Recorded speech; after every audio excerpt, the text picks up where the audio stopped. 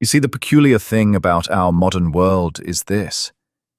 We are all running around in circles, chasing money, as if it were the point of the game.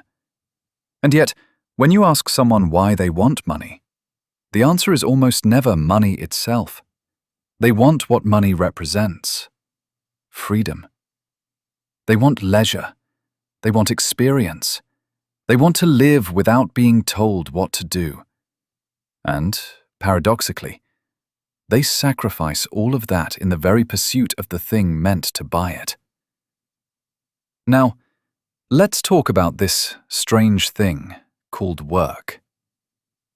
Work, for most people, is what you do because you must. You get up, often far too early, gulp down a bitter coffee, and you drag yourself through a sequence of motions, often meaningless to your spirit, just to get that number deposited in your bank account. But here's the rub. The moment you associate your being with your doing, you become a cog, a function. And society tells you, be useful. But useful to whom? To what? If you're working only to make money, and making money only to buy freedom, then what happens when no work arrives? When the job is automated, outsourced, or just disappears? Does your value vanish? Or does something else emerge? You see, no work terrifies us because we've confused activity with worth, motion with meaning.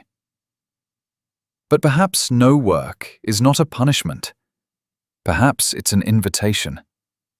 An invitation to rediscover play, which is, in its essence, free activity, done for no purpose other than itself.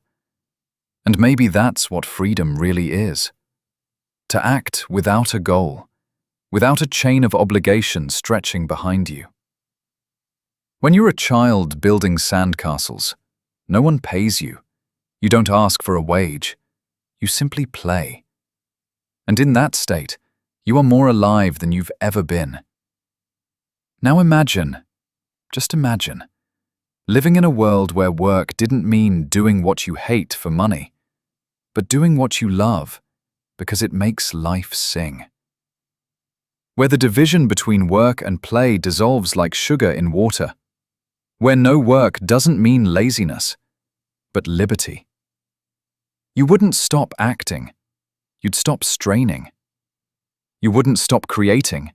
You'd stop complying. So the great cosmic joke is this. The thing we fear, no work, may be the doorway to the thing we want, freedom.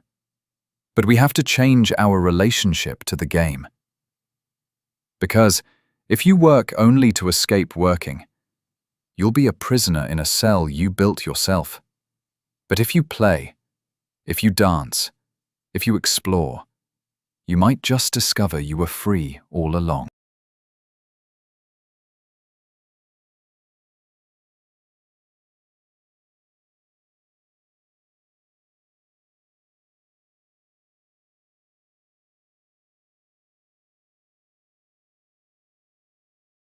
Where were we?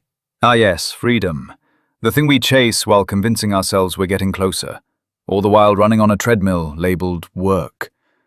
But let's dig a little deeper. One of the great illusions modern man suffers under is the belief that his identity comes from productivity, that he is his job, that the more indispensable he becomes to the system, the more valuable he is. But think of the madness, equating your being with your function. Strip away the title, the tasks, the deadlines, and suddenly the ego panics. Who am I without my role? Because no work doesn't just mean no income. It feels like no meaning. But maybe, no work is where the real work begins. When you're no longer defined by output or calendars, what remains is silence.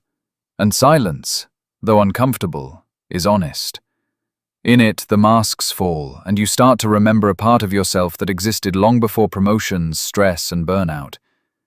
This remembering is terrifying for some. The system teaches us to always keep moving, to stay productive. Because if you stop, you might see, And if you see, you might change. And change breaks the machine. But isn't it odd? What we fear, losing work, may be the doorway to clarity.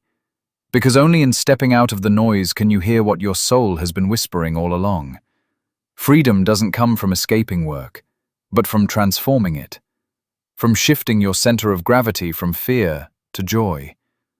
What if you stopped asking, what pays the most, and started asking, what would I still do if no one paid me? This isn't some romantic fantasy. It's the beginning of sanity. History rarely remembers the most obedient workers. It remembers those who played, explored, and lived. And ironically, they often earned the most, not because they chased money, but because they stopped chasing it altogether. When your action is born from alignment, not survival, it becomes a gift, a dance. And this kind of work? It's dangerous, because a man who doesn't fear unemployment can't be controlled. A man who finds meaning in stillness can't be manipulated by panic. So maybe the goal isn't to eliminate work, but to reclaim it. To do it not from pressure, but from truth. And in that space, something shifts.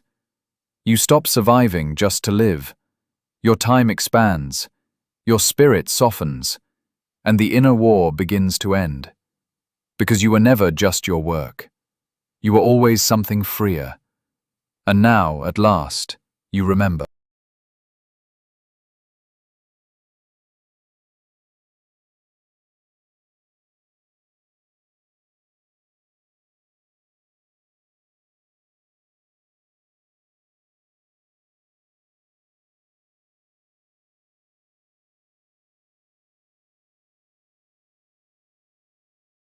By now, you may have begun to feel it.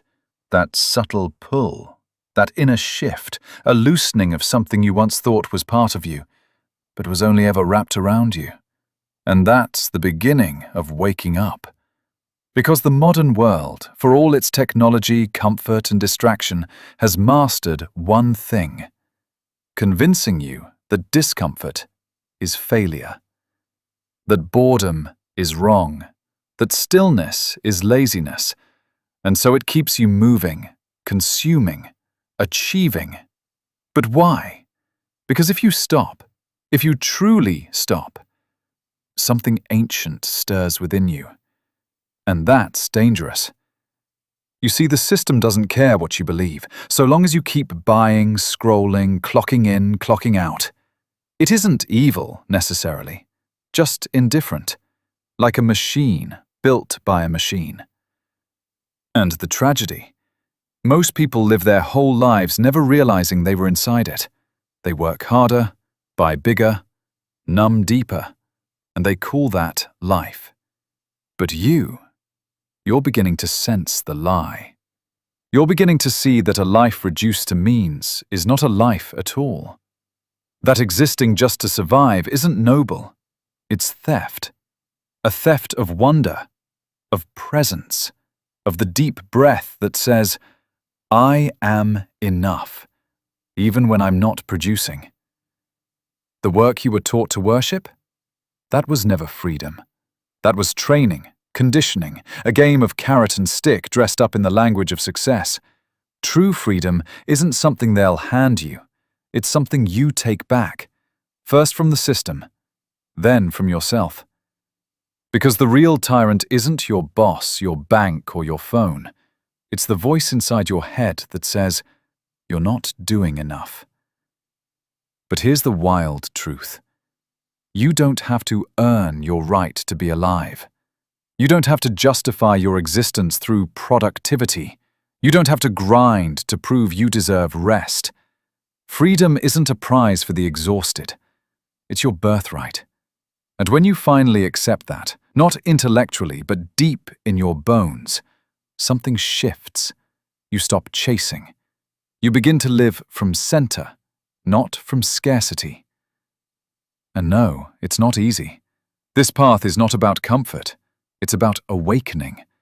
There will be moments when you want to plug back in, to numb, to shrink. But if you stay awake, if you keep remembering, then even your work becomes sacred. Not because it's profitable, but because it's true. That's when the system loses its grip. That's when the chains slip off, not with rage, but with a soft smile. Because you finally remember. You were never meant to fit in a cubicle, a category, or a calendar. You were meant to be. And being is a rebellious act of all.